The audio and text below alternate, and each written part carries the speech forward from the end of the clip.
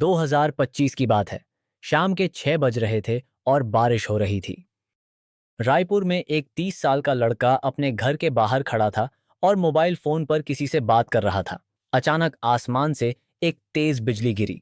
उसका phone literally फट गया। उसे तुरंत हॉस्पिटल ले जाया गया, लेकिन वो बच नहीं पाया। यह खबर पूरे देश में वायरल हो गई। हर व्हाट्सएप ग्रुप में यही मैसेज घूमने लगा। बारिश में फोन चलाने के कारण बिजली उसके ऊपर गिर गई। लेकिन क्या सच में मोबाइल फोन यूज करने की वजह से बिजली गिरी थी, या यह सिर्फ एक दुखद संयोग था जिसे हमने गलत तरीके से समझ लिया? क्योंकि दोनों आंसर्स के इम्प्लीकेशंस बिल्कुल अलग हैं, और आज हम इस सवाल का वो जवाब साइंटिफिक तरीके से समझने की कोशिश करेंगे। साल 2024 में, सिर्फ एक साल में, भारत में 2825 लोग बिजली गिरने से मारे गए। यह फ्लड से मरने वालों से 7 गुना ज्यादा है। अमेरिका जैसे देश में पूरे साल में सिर्फ 45 लोग लाइटनिंग से मरते हैं। हमारे यहाँ रोज के हिसाब से देखें तो हर दिन लगभग 8 लोग, और यह नंबर्स बढ़ रहे हैं। 2019 से 2025 के बीच भारत में लाइटनिंग स्ट्राइक्स करीब 400% बढ़ गए हैं। मतलब ये हम सब की प्रॉब्लम है। तो अब असली सवाल पर आते हैं। इन मौतों में मोबाइल फोन का क्या रोल है? जब भी बारिश का मौसम आता है, एक स्पेसिफिक क्लेम बड़े कॉन्फिडेंस से शेयर होती है कि फोन एक लाइटनिंग रॉड की तरह काम करता है, कि उसके सिग्नल्स बिजली को ऊपर से खींचते हैं, और अगर आपने स्टॉर्म में फोन यूज किया तो बिजली सीधे आपकी तरफ आएगी। यह क्लेम इतनी वाइड स्प्रेड है कि लोग जेन्युइनली इस पर एक्ट करते हैं। फोन बंद करते हैं, फ्लाइट मोड पर डालते हैं और दूसरों को डांटते हैं। लेकिन साइंस इस बारे में क्या कहती है? लाइटनिंग को समझने के लिए पहले यह समझना जरूरी है कि वो बनती कैसे है। जब थंडरस्टॉर्म डेवलप होता है, क्लाउड के ऊपरी हिस्से में पॉजिटिव चार्ज जमा होती है और नीचे के हिस्से में नेगेटिव चार्ज। ये चार्ज सेपरेशन इतना इंटेंस होता है कि हवा का नेचुरल इंसुलेशन, यानी एयर का रेजिस्टेंस, ब्रेक हो जाता है। और जब यह होता है, एक मैसिव इलेक्ट्रिकल डिस्चार्ज होता है। यही बिजली है, यही लाइटनिंग है। अब बिजली जाती कहाँ है?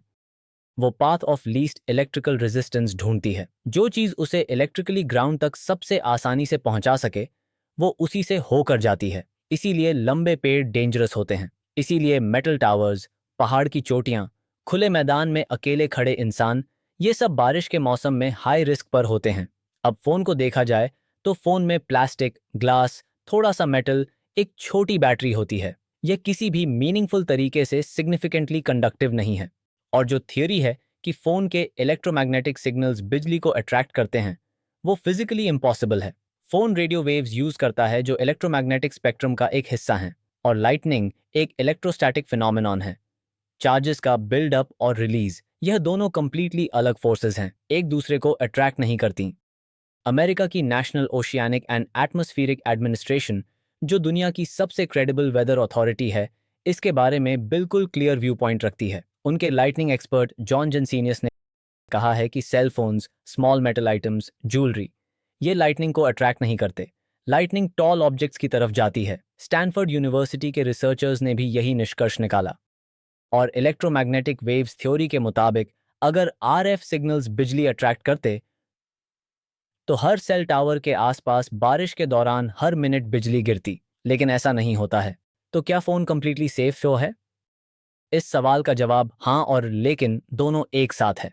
और यही वो पार्ट है जो ज्यादातर लोग मिस करते हैं। फोन आसमानी बिजली को अट्रैक्ट नहीं करता, ये फैक्ट है। लेकिन फोन यूज करने वाला इंसान खतरे में हो सकता है, और इसके रीजंस बिल्कुल डिफरेंट हैं, और ऑनेस्टली ज्यादा इंपॉर्टेंट हैं।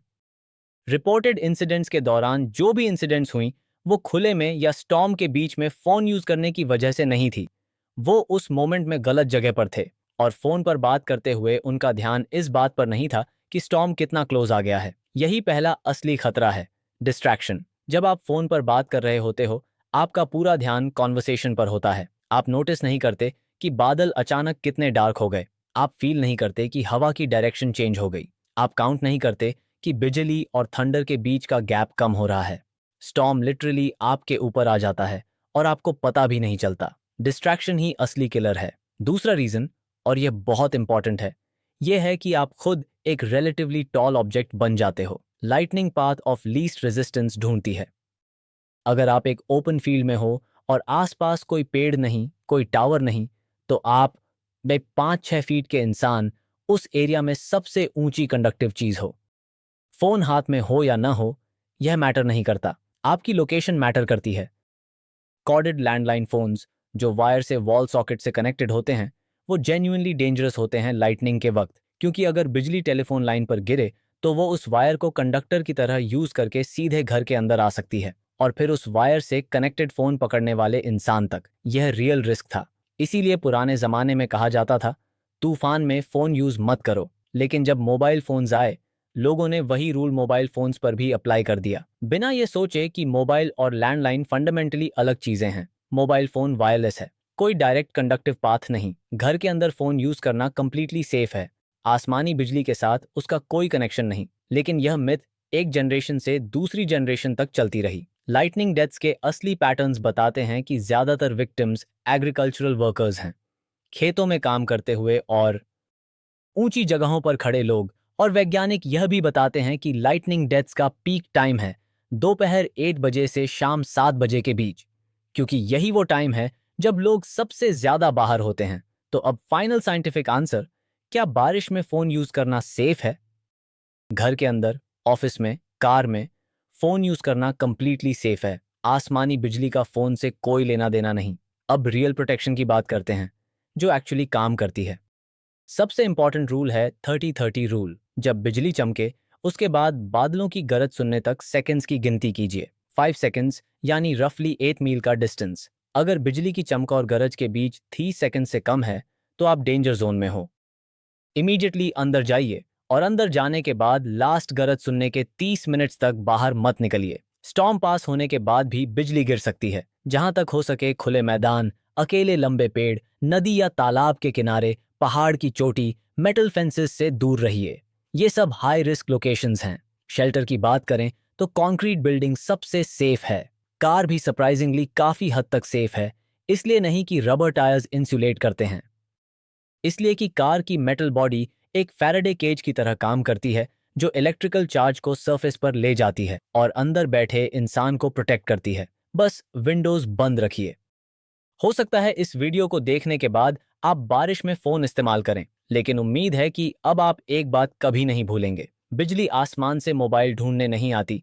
लेकिन अगर आप गलत जगह पर मौजूद हैं तो उसे आपको ढूंढने में ज्यादा समय भी नहीं लगता। इसलिए अगली बार जब बादल गरजें तो इस वीडियो को याद रखिए। एक छोटी सी सावधानी, एक सही फैसला और सिर्फ कुछ मिनट का इंतजार शायद किसी दिन आपकी या आपके अपने किसी प्रिय व्यक्ति की जान बचा सकता है।